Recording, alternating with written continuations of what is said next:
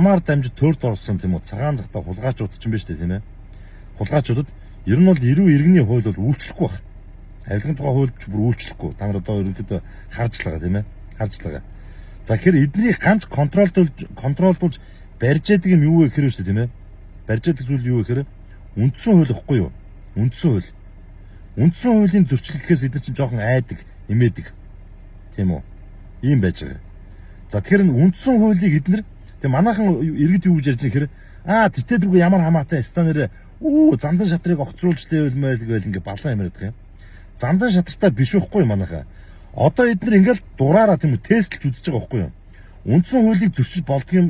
Одоо ингээл энэ удаад үндсэн хуулийг зөрчөөл засгийн газрыг огцруулад чадчих юм бол хойштоо эднэрт ямар ч айц байхгүй болно. Ямар ч айц байхгүй болно. Ийм учраас ядаж үндсэн хуулийг нь зөрчүүлэхгүй байя гэдэг зүйл дээр энэ учир тэргүүтээ зөв хүмүүс залуучууд ч дуурайдаг байхгүй юу?